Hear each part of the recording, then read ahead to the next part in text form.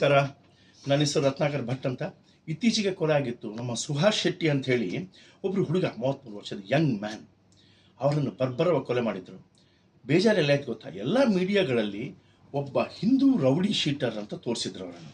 ಪಾಪ ಅವ್ರಿಗೆ ಏನು ಗೌರವ ಕೊಡಬೇಕಂತ ಗೌರವ ಕೊಡಲೇ ಇಲ್ಲ. ನಿಜವಾಗಿ ಅವರು ರೌಡಿ ಶೀಟರ ಆದರೆ ಹೇಗಾಗಿದ್ದರು ಅದನ್ನು ನಾನು ನಿಮಗೆ ಸ್ವಲ್ಪ ವಿವರಣೆ ನೀಡುತ್ತೇನೆ ಸ್ನೇಹಿತರೆ. ಬಿಫೋರ್ ದಟ್, ರೌಡಿ ಅಂದರೆ ಯಾರು ಗೊತ್ತಾ? any person who tries to inflict violence on innocent people, not on criminals. For example, ನಿಮ್ಮನೆ ಮೇಲೆ ಅವ್ನು ಕಲ್ಲು ತೂರ್ಲಿಕ್ಕೆ ಬಂದ, ಇಲ್ಲ ನಿಮ್ಮನೆ ಯಾರೋ ಕಳ್ಳತನ ಮಾಡ್ಲಿಕ್ಕೆ ಬಂದ, ಅವ್ನು ಹೋಗಿ ನಾನು ಹೊಡೆದೆ, ನಾನು ರೌಡಿ ಆಗಲ್ಲ. ಬಟ್ ಇನ್ನೋಸೆಂಟ್ ಪೀಪಲ್ ಮೇಲೆ ಕೆಲವೊಬ್ರು ಬರ್ತಾ ಇರ್ತಾರೆ, ನನಗೆ 50 ರೂಪಾಯಿ ಕೊಡ್ತೀಯ ಚಾಕು ಹಾಕ್ಲಿ ಅಂತ ಸಿನಿಮಾ ತೋರಿಸ್ತಾ ಇರ್ತಾರೆ. ಇಲ್ಲ ಕೆಲವೊಬ್ರು ಬೇಕಂತ ಕಾಲ್ಗಿಚ್ಚಿನ ಮೇಲೆ ಯುದ್ಧಕ್ಕೆ ಬರ್ತಾ ಇರ್ತಾರೆ. ಅಂಥವ್ರನ್ನು ಅಂಥವ್ರನ್ನು ರೌಡಿ ಅಂತ ಕರೀತಾರಾಗಲಿ. ನಾರ್ಮಲ್ ಆಗಿ ಇನ್ನೋಸೆಂಟ್ಸ್ಗೆ ಹೆಲ್ಪ್ ಮಾಡಲಿಕ್ಕೆ ಬಂದರೆ ಅವ್ರು ರೌಡಿ ಶೀಟರ್ ಅಂತ, ರಾಬಿನ್ ಹುಡ್ ಅಂತ ಹೇಳ್ತೇವೆ ನಾವು. ಒಂದು ಮಾತು ಹೇಳಬೇಕಂದ್ರೆ. ಸೊ ಇನ್ನೊಂದು ರೌಡಿ ಶೀಟ್ ಅಂತ ಎಲ್ಲಿ ಬಂದು IPC 109, 110ನಲ್ಲಿ ಈ ಸೆಕ್ಷನ್ಸ್ ಇದ್ದಾವೆ. ಯಾರನ್ನಾದರೂ ಸರ್ ಈ ಥರ ಸೊಸೈಟಿಯಲ್ಲಿ 30 ಸಲಕ್ಕಿಂತ ಜಾಸ್ತಿ ಏನಾದರೂ ಅವ್ರ ಮೇಲೆ ಕೇಸ್ ಫೈಲ್ ಆದರೆ ಪೊಲೀಸ್ ಬೇಕಂದರೆ ಅವ್ರನ್ನ ರೌಡಿ ಶೀಟಾಗಿ ಮಾಡೋದು. ಇದರಲ್ಲಿ 2 category, rowdy sheet A, rowdy sheet B ಅಂತ ಹೇಳ್ತಾರೆ. One category is very dangerous and who about the crime. ಈಗ ದಾವೂದ್ ಇಬ್ರಾಹಿಂ ಈ ಥರ ಇರ್ತಾರೆ ಕೆಲವೊಬ್ಬರು, ಆ್ಯಂಟಿ ಸೋಷಿಯಲ್ ಎಲಿಮೆಂಟ್ಸ್. ಅವರು ಒಂದು ಹಾರ್ಡ್ ಆ್ಯಂಡ್ ಕ್ರಿಮಿನಲ್ಸ್ ಅಂತ ಹೇಳ್ತಾರೆ.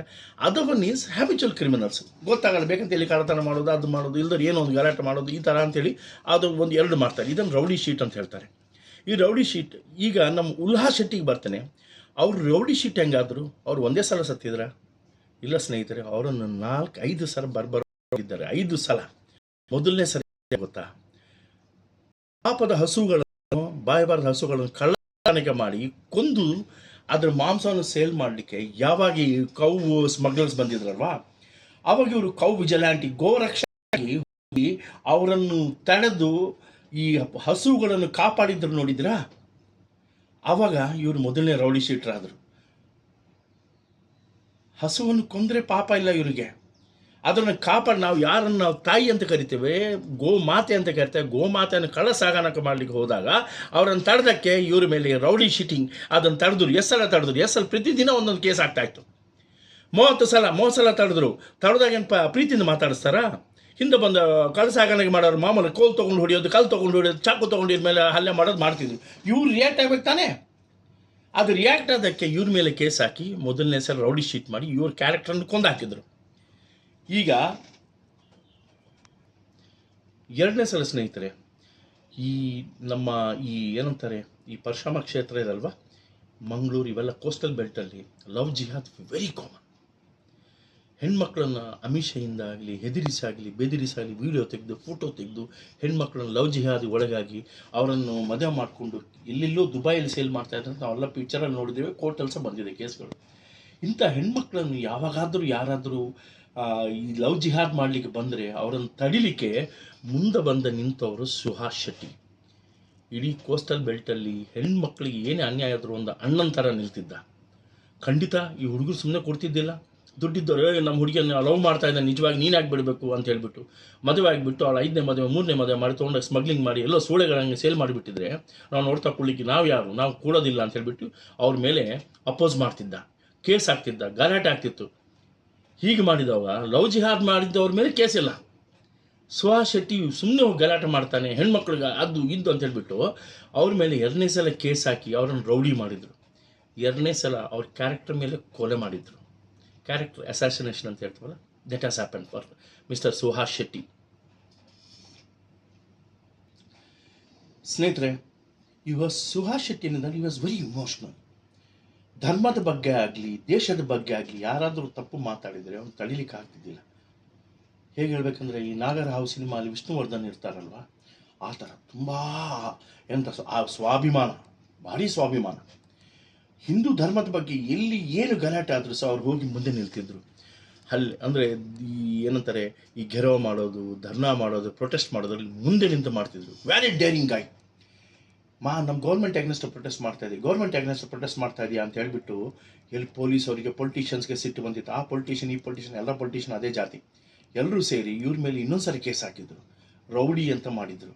3ನೇ ಸಲ ಮಿಸ್ಟರ್ ಸುಹಾಸ್ ಶೆಟ್ಟಿ ಅವರಿಗೆ ಅವ್ರ ಕ್ಯಾರೆಕ್ಟರ್ ಅಸಾಸಿನೇಷನ್ ಅವರನ್ನು ಬಲಿ ತೊಗೊಂಡ್ರು 3ನೇ ಸಲ.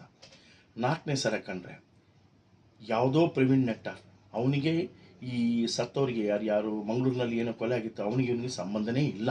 ನಿಜ ಹೇಳ್ಬೇಕಂದ್ರೆ ಕೊಲೆ ಮಾಡಬೇಕಂತ ಅವಶ್ಯಕತೆಯೇ ಇದ್ದಿಲ್ಲ. ಆದರೆ ಇವರು ನಮ್ಮ ನೆಟ್ಟಾರ್ ಅವರನ್ನು ಕೊಂದಿದ ಮೇಲೆ ಅವ್ರ ಮೇಲೆ ಹಲ್ಲೆ ನಡೆದಲ್ಲಿ Suhas Shetty is an accused. Please remember sir, I can always accuse anybody. ನಾನು ಯಾರನ್ನ ದೇಶದಲ್ಲಿ ಇದ್ದ 130 ಕೋಟಿ ಇವ್ರು ಕೊಂದಿದ್ದಾರೆ ಅಂತ ಹೇಳ್ಬೋದು. ಕೋರ್ಟಲ್ಲಿ ಪ್ರೂವ್ ಆಗಬೇಕು. ಪ್ರೂವ್ ಆಗ್ತಾ ಇರಲಿಲ್ಲ. ಇನ್ನೂ ಕೋರ್ಟಲ್ಲೇ ಕೇಸಿದೆ. ಇವರನ್ನು ಅವಕಾಶ ಇವರೇ ಮಾಡಿದ್ರು ಅಂತ ಹೇಳ್ಬಿಟ್ಟು ತೊಗೊಂಡೋಗ್ಬಿಟ್ಟು ಇವರನ್ನು ಜೈಲಿಗೆ ಹಾಕಿದ್ರು. 4ನೇ ಸಲ ಮಿಸ್ಟರ್ ಸುಹಾಸ್ ಶೆಟ್ಟಿ ಅವರನ್ನು ಕ್ಯಾರೆಕ್ಟರ್ ಅಸ್ಯಾಸಿನೇಷನ್ ಮಾಡಿದರು. ಅವ್ರು ನಿಂತದ್ದು ನಮ್ಮ ಪಾಪದ ಹೆಣ್ಮಕ್ಳಿಗಾಗಿ. ಎಲ್ಲೆಲ್ಲಿ ಮೋಸ ಆಗ್ತಾಯಿದೆ ಅವ್ರಿಗೆ ಹೇಳ್ಕೊಳ್ಳಿ, ತಂದೆ ತಾಯಿ ಹತ್ರ ಹೇಳ್ಕೊಳ್ಳಿ ಹೆದರಿಕೆ ಆದರೆ ಇಡೀ ದಕ್ಷಿಣ ಕನ್ನಡ ಜಿಲ್ಲೆಯಲ್ಲಿ ಒಬ್ಬ ಅಣ್ಣ ಅಂತ ಥರ ನಿಂತಿದ್ದವನು ಯಾರಿದ್ದರೆ ಸುಹಾಸ್ ಶೆಟ್ಟಿ. 50 ಜನರಿಗೆ ಬರೇ ಒಂದು ದಂಡ ಕೋಲಿಂದ ಹಿಂಗೆ ತಿರುಗಿಸಿ ಸಮಾಧಾನ ಕೊಡುವಷ್ಟು ಧೈರ್ಯ ಇತ್ತು. ಆದರೆ ಏನಾಯ್ತು ಗೊತ್ತಾ ಸ್ನೇಹಿತರೆ, ಅವರನ್ನು ಸಂಚು ಹಾಕಿ ಅವ್ರು ಯಾವುದೋ ಮದುವೆಗೆ ಹೋಗ್ತಿದ್ರು. ಸಂಚು ಹಾಕೋದು ಮುಂಚೆ 1 ತಿಂಗಳಿಂದ ಸ್ಯಾನಿಟೈಸಿಂಗ್ ಅಂತ ಹೇಳ್ತಾರೆ ಪೊಲೀಸ್ ಲ್ಯಾಂಗ್ವೇಜಲ್ಲಿ. ಅಂದರೆ ಪ್ರತಿದಿನ ಬರೋದು ಚೆಕ್ ಮಾಡೋದು. ನಿನ್ನ ಹತ್ರ ಆಯುಧ ಇದೆಯಾ ತೊಗೊಂಡೋಗ್ತಾನೆ, ನಿನ್ನ ಹತ್ರ ಆಯುಧ ಇದೆಯಾ ತೊಗೊಂಡೋಗ್ತಾನೆ. ನೀನು ಕೋಲ್ ಇಟ್ಕೊಳ್ಳಿಕ್ಕಿಲ್ಲ, ನೀನು ಕಲ್ಲು ಇಟ್ಕೊಳ್ಳಿಕ್ಕಿಲ್ಲ, ನೀನು ಇದು ರಾಡ್ ಯಾಕೆ ಇಟ್ಟಿದ್ಯಾ ಅದು ಇಟ್ಕೊಳ್ಳಿಕ್ಕೆ. ಇದು ಕನಿಷ್ಠ ಕ್ಲಬ್ ಅಂತ ಹೇಳ್ತಾರೆ, ಕೈಗೆ ಕ್ಲಬ್ ಹಾಕೋತಾರೆ ಅಟ್ಲೀಸ್ಟ್ ಸೆಲ್ಫ್ ಡಿಫೆನ್ಸ್ಗಾಗಿ. ಅದೂ ಇರಲಿಲ್ಲ. ಯಾಕೆ ಮಾಡ್ತಾ ಇದ್ರೆ ನಿನ್ನ ಮೇಲೆ ಹಲ್ಲೆ ಆಗಿತ್ತು ತಗೊಳ್ಳೋ ನಿನಗೆ ಗೊತ್ತಿಲ್ಲ ಅಂತ ಹೇಳಿಬಿಟ್ಟು ಪರ್ಫೆಕ್ಟ್ ಕ್ಲೀನ್ ಮಾಡಿಬಿಟ್ಟಿದ್ದಾರೆ, ಸ್ಯಾನಿಟೈಸ್ ಮಾಡಿದ್ದಾರೆ. ಅವ್ರ ಹತ್ರ ಕನಿಷ್ಠ ಒಂದು ಕ್ಲಬ್ ಅಂತ ಆಯುಧ ಸಹ ಇರಲಿಕ್ಕಿಲ್ಲ. ಇಲ್ದೋದ್ರೆ ಸುಹಾಸ್ ಶೆಟ್ಟಿಯನ್ನು ಟಚ್ ಮಾಡಲಿಕ್ಕೆ ಎಂತೆಂಥವರಿಗೆ ಗಡ್ಡ ನಡುತ್ತಿದ್ರು. 50 ಜನರಿಗೆ ಒಂದೇ ಹುಡುಗ ಒಂದು ಕೋಲ್ ಇದ್ರೆ ಸಮಾಧಾನ ಕೊಡ್ತಿದ್ದ, ಕನಿಷ್ಠ ಒಂದು ರಾಡ್ ಇದ್ರೆ ಸಮಾಧಾನ ಕೊಡ್ತಿದ್ದ. ಅದಕ್ಕೆ ಬಿಡಲಿಲ್ಲ.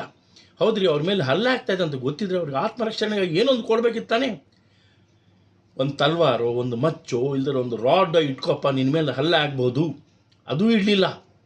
ಆಗದೆ ಬೇಕಂತ ಅವ್ರನ್ನ ಸ್ಯಾನಿಟೈಸ್ ಮಾಡಿದ್ರು. ಇವ್ರನ್ನ ಸ್ಯಾನಿಟೈಸ್ ಮಾಡ್ತಾ ಇದ್ದಾರೆ 1 ವಾರದಿಂದ. ಆದರೆ ಬೆಳಿಗ್ಗೆ ಸಾಯಂಕಾಲ ಬಂದು ಅವ್ರು ಕ್ಲೀನ್ ಮಾಡ್ತಾಯಿದ್ರು. ಬೈಕಲ್ಲಿ ಹೋದ್ರೆ ನಿಲ್ಲಿಸೋದು ಚೆಕ್ ಮಾಡೋದು, ಕಾರಲ್ಲಿ ಹೋದ್ರೆ ನಿಲ್ಲಿಸೋದು ಚೆಕ್ ಮಾಡೋದು, ಪಕ್ಕದವ್ರನ್ನ ಚೆಕ್ ಮಾಡೋದು, ಎದುರನ್ನು ಚೆಕ್ ಮಾಡೋದು. ಕಡೆಗೆ ಸುಹಾಸ್ ಶೆಟ್ಟಿಗೆ ಅನಿಸುತ್ತೆ ಬೇಡಪ್ಪ ಇದು ಆಯಿತು, ಇನ್ನೊಂದು 2 ತಿಂಗಳು ತಾನೇ ವಾಪಸ್ ಹೋಗ್ಬಿಡ, ನಮ್ಮನ್ನು ಮತ್ತೆ ನಾಟ್ ಗಿಲ್ಟಿ ಅಂತ ಪ್ರೂವ್ ಮಾಡ್ಕೊಂಡು ಬರೋಣ ಅಂತ ಹೋಗಬೇಕಾದ್ರೆ ನಿಮಗೆ ನೋಡಿದರೆ ಬಜ್ಪೇಯಲ್ಲಿ ಅವ್ರು ಕಾರಿಂಗ್ ಹೋಗ್ತಾ ಇದ್ರೆ ಈ ಸೈಡಿಂದ ಒಂದು ಮೀನಿಂದು ಇದು ಸಾಗಾಣಿಕೆ ಮಾಡ್ತಾರಲ್ವ ಬೊಲೇರೋ, ಆ ಬೊಲೇರೋ ಅಂತಂದು ಇವ್ರು ಇನ್ನೋವನ್ನು ಫಟ್ ಅಂತ ಹೊಡೆದ್ರು. ಇದು ಪಾಪ ಅವರಿಗೆ ಬ್ಯಾಲೆನ್ಸ್ ಮಾಡಲಿಕ್ಕಾಗದೆ ಹೋಗಿ ಒಂದು ಅಂಗಡಿ ಒಳಗೆ ಹೋಯ್ತು. ಹಿಂದೆ ಕಾರಿಂದ 6 ಜನ ಬಂದು ನುಗ್ಗಿದ್ರು. ಎದುರಾಗಿ ಅವ್ರು ಹೊರಗೆ ಬಂದರೆ ಏನು ಎಲ್ಲಿ ಓಡಿ ಹೋಗ್ತಾರಂತೆ ಸುತ್ತಮುತ್ತ ಅವ್ರ ಜನಾಂಗ ಎಲ್ಲ ಸೇರಿಬಿಟ್ಟು ಇವರು ಹೊರಗೆ ಬರದೆ ಅಡ್ಡ ಹಾಕಿದ್ರು. ಸುಹಾಸ್ ಹೀರೋ ಹಂಗೆ ನೀವೆಲ್ಲ ಒಳಗಿರ್ರಿ ಕಣ, ಅವ್ರು ಬಂದಿರೋದು ನನಗೋಸ್ಕರ ನೋಡಿ ಎಂಥ ಗಂಡಸು ಅಂತೇಳಿ. ಚಾವಾ ಅಂದರೆ ಅವನು ಕರ್ನಾಟಕದ ಚಾವಾ. ನನ್ನ ನೋಡಿಲಿಕ್ಕೆ ಬಂದಿದ್ದಾರೆ, ನಾನು ತಲೆ ಕೊಡ್ತೇನೆ ಬೇಕಾದ್ರೆ ನೀವು ಬರಬೇಡಿ ಅಂತೇಳಿ 6 ಮಂದಿ ಫ್ರೆಂಡ್ಸನ್ನು ಪ್ರೊಟೆಕ್ಟ್ ಮಾಡಿ ಇವನು ಹೊರಗಿಳಿದ್ರೆ ಇವನ ಮೇಲೆ ಹಲ್ಲೆ ಮಾಡಿದ್ದಾರೆ ಸ್ನೇಹಿತರೆ. ಈ ಗಲಾಟೆ ಏನಾಯಿತು ಅಲ್ಲಿ ಕೋರ್ಟಲ್ಲಿದೆ, ಎಲ್ಲ ನೋಡ್ಕೋತಾರೆ, ಅದು ಬೇರೆ ವಿಷಯ. ಆದರೆ ಮೀಡಿಯಾದವ್ರು ಬರಿಬೇಕಾದ್ರೆ ಸ್ವಲ್ಪ ರೆಸ್ಪಾನ್ಸಿಬಿಲಿಟಿ ತೊಗೊಳ್ಬೇಕಾಗಿತ್ತು. ಒಬ್ಬನು ದೇಶಭಕ್ತ, ಒಬ್ಬನು ಧರ್ಮಕ್ಕಾಗಿ ಫೈಟ್ ಮಾಡಿರೋ ಯೋಧನು ಫಸ್ಟ್ ರೌಡಿ ಶೀಟರ್ ಅಂತ ನೀವು ಅವ್ರ ಮೇಲೆ ಒಂದು ಪೇಂಟ್ ಮಾಡಿಬಿಟ್ರೆ, ಪೇಂಟ್ ಮಾಡಿದ ಮೇಲೆ ಅವ್ನು ದೊಡ್ಡ ರೌಡಿ, ಅವ್ನು ಸತ್ರು ಪರವಾಗಿಲ್ಲ, ಅವನ ಮೇಲೆ ಸಿಂಪತಿ ಸಹ ಬರುವಂಗೆ ಮಾಡಿಬಿಟ್ಟಿದ್ರೆ ಸ್ವಲ್ಪ you should have gone inside. ಇಡೀ ದಕ್ಷಿಣ ಕರ್ನಾಟಕ ಜಿಲ್ಲೆಯಲ್ಲಿ ಸುಹಾಸ್ ಶೆಟ್ಟಿ ಯಾವತ್ತು ಧರ್ಮಕ್ಕೆ, ಎಲ್ಲಿ ಧರ್ಮ, ಯಾವ ದೇವಸ್ಥಾನ, ಯಾವ ಹಿಂದೂ ಹೆಣ್ಮಗಳು ಇಲ್ಲದವ್ರು ಯಾವುದೇ ಹಿಂದೂ ಕಾರಣಕ್ಕಾಗಿ ಬಂದಿದ್ದರೆ ಹಿ ವಾಸ್ ಸ್ಟ್ಯಾಂಡಿಂಗ್ ದೇರ್. ಎದೆ ಕೊಟ್ಟು ನಿಲ್ತಿದ್ದ, ಬೆನ್ನು ತೋರಿಸಲಿ ಎದೆ ಕೊಟ್ಟು ನಿಲ್ತಿದ್ದ ಅವನು ಸುಹಾಸ್ ಶೆಟ್ಟಿ ಅಂದರೆ. ಸ್ನೇಹಿತರೆ, ಇನ್ನೊಂದು ಬೇಜಾರಾಗಿದ್ದ ವಿಷಯ ಗೊತ್ತು. ನಾನು ಮೊನ್ನೆ ಕೇಳ್ತಾ ಇದ್ದೆ ಯಾರು ಸುಹಾಸ್ ಶೆಟ್ಟಿ ಅಂತ. Just finding it out. ಪಾಪ ಅವ್ರ ಮನೆಯಲ್ಲಿ ಗಂಜಿಗೆ ಸಹ ಗತಿ ಇಲ್ಲ ಸ್ನೇಹಿತರೆ. 50 ಜನರನ್ನು ತಡೆಯೋ ಶಕ್ತಿ ಇದ್ದವನು ಏನು ಜಾಬ್ ಮಾಡಲಿಕ್ಕಾಗಲ್ಲ ಅವನಿಗೆ. ಅವ್ನು ಬೇಕಂದ್ರೆ 30,000 ರೂಪಾಯಿ ಸಂಬಳ ಸಿಗಲ್ವಾ? ನನಗೆ ನನ್ನ ಧರ್ಮ ಬೇಕು, ನನ್ನ ಮದುವೆ ಆಗಲ್ಲ ಅಂತ ಬಂದಿದ್ದಾನೆ. ಅಂಥ ಹುಡುಗನಿಗೆ ಇವನು ನನಗೆ ನೋಡಿದರೆ ಒಂಥರ ಅಂದರೆ ನನಗೆ ಚೇಪೇಕರ್ ಬ್ರದರ್ಸ್ ಇದ್ದಾರಲ್ಲ ಆ ಥರ ಅನಿಸಿತ್ತು, ಮದನ್ಲಾಲ್ ಡಿಂಗ್ರಾ ಥರ ಅನಿಸಿತ್ತು, ಭಗತ್ ಸಿಂಗ್ ಥರ ಅನಿಸಿತ್ತು ಸ್ನೇಹಿತರೆ. ನನಗೆ ಫ್ಯಾಮಿಲಿ ಬೇಡ, ನನಗೆ ತಂದೆ ತಾಯಿ ಬಡವ್ರು ತಿನ್ನಲಿಕ್ಕಿಲ್ಲ, ಆದರೂ ಪರವಾಗಿಲ್ಲ, ನಾನು ದೇಶಕ್ಕೆ ನಿಲ್ತೇನೆ, ಏನು ಬೇಕಾದ್ರೆ ಬರೀ ಗಂಜಿ ತಿಂದು ಕುಡಿಯೋಣ ಅಂತೆ, ನನ್ನ ಗಂಜಿ ಕುಡಿದು ನಾವು ಬಾಳೋಣ ಅಂತ ಹೇಳ್ತಿದ್ದ. ಅಂಥ ಹುಡುಗ ಎಲ್ಲಿ ಸಿಗ್ತಾನೆ ಸ್ನೇಹಿತರೆ? ಅವನು ಹಿಂದೂ ಯೋಧ. He was not a rowdy sheeter. ಕನಿಷ್ಠ ಅವನು ಸತ್ತೋದ್ಮೇಲೆ ಆತ್ಮಕ್ಕಾದರೂ ಶಾಂತಿ ಸಿಗಲಿ. ಇದನ್ನು ಎಲ್ರಿಗೂ ಹೇಳಿ, ಹಿ ವಾಸ್ ಅ ಹಿಂದೂ ಯೋಧ, he was not a rowdy sheeter. ಹೆಣ್ಮಕ್ಳನ್ನು ಯಾವಾಗ ಕಾಪಾಡಲಿಕ್ಕೆ ಹೋಗಿದ್ನೋ ಅವಾಗ ಅವನನ್ನು ರೌಡಿ ಅಂತ ಹೇಳಿದ್ದಾರೆ ಸ್ನೇಹಿತರೆ. ಯಾವತ್ತು ಕಳ್ಳ ಸಾಗಾಣಿಕೆ ನಮ್ಮ ಹಸು ಗೋ ಮಾತೆಯನ್ನು ಕಾಪಾಡಲಿಕ್ಕೆ ಹೋಗಿದ್ನೋ ಅವನನ್ನು ಹಿಡ್ಕೊಂಡು ಇವರೆಲ್ಲರೂ ಅವನ ಮೇಲೆ ರೌಡಿ ಅಂತ ಹೆಸರು ಹಾಕಿದ್ರು. ಆ್ಯಕ್ಚುಲಿ ಅವನು ಮಾಡ್ತಿರೋದು ಧರ್ಮ ರಕ್ಷಣೆಗಾಗಿ ನಿಂತಿದ್ದ, ಒಂದು ಶಿವಾಜಿ ಮಹಾರಾಜ್ ಇನ್ಸ್ಪಿರೇಷನಿಂದ. ಸಂಭಾಜಿ ಮಹಾರಾಜ್ ನಮ್ಮ ಛಾವಾ ಇನ್ಸ್ಪಿರೇಷನಿಂದ, ಭಗತ್ ಸಿಂಗ್ ಇನ್ಸ್ಪಿರೇಷನ್, ಸುಭಾಷ್ ಚಂದ್ರ ಬೋಸ್ ಇನ್ಸ್ಪಿರೇಷನಿಂದ, ಇಂಥವ್ರೆಲ್ಲರೂ ಇನ್ಸ್ಪಿರೇಷನ್ ತೊಗೊಂಡು ನಿಂತವ್ರು ರೌಡಿ ಶೀಟ್ರ್ ಅಂತ ಹೇಳ್ತಾರಲ್ವಾ, ನಾಚಿಕಾಗಲ್ಲ ಇವರಿಗೆ. ಸ್ನೇಹಿತರೆ, ಕನಿಷ್ಠ ಇದನ್ನು ನೀವು ಗೊತ್ತಿದ್ದವ್ರು ಎಲ್ರಿಗೂ ಹೇಳಿ, ಸತ್ವನ ಆತ್ಮಿಕ ಶಾಂತಿ ಸಿಗಲಿ. ನಮ್ಮ Suhas Shetty is really a Bunt, a hero. Thank you ಸ್ನೇಹಿತರೆ. ಇದೆಲ್ಲರಿಗೂ ಫಾರ್ವರ್ಡ್ ಮಾಡಿ ದಯವಿಟ್ಟು. ಆತ್ಮಕ್ಕೆ ಶಾಂತಿ ಸಿಗಲಿ, ನಮ್ಮ ಸುಹಾಸ್ ಆತ್ಮಕ್ಕೆ ಶಾಂತಿ ಸಿಗಲಿ. ಜೈ ಹಿಂದ್, ಜೈ ಭಾರತ್.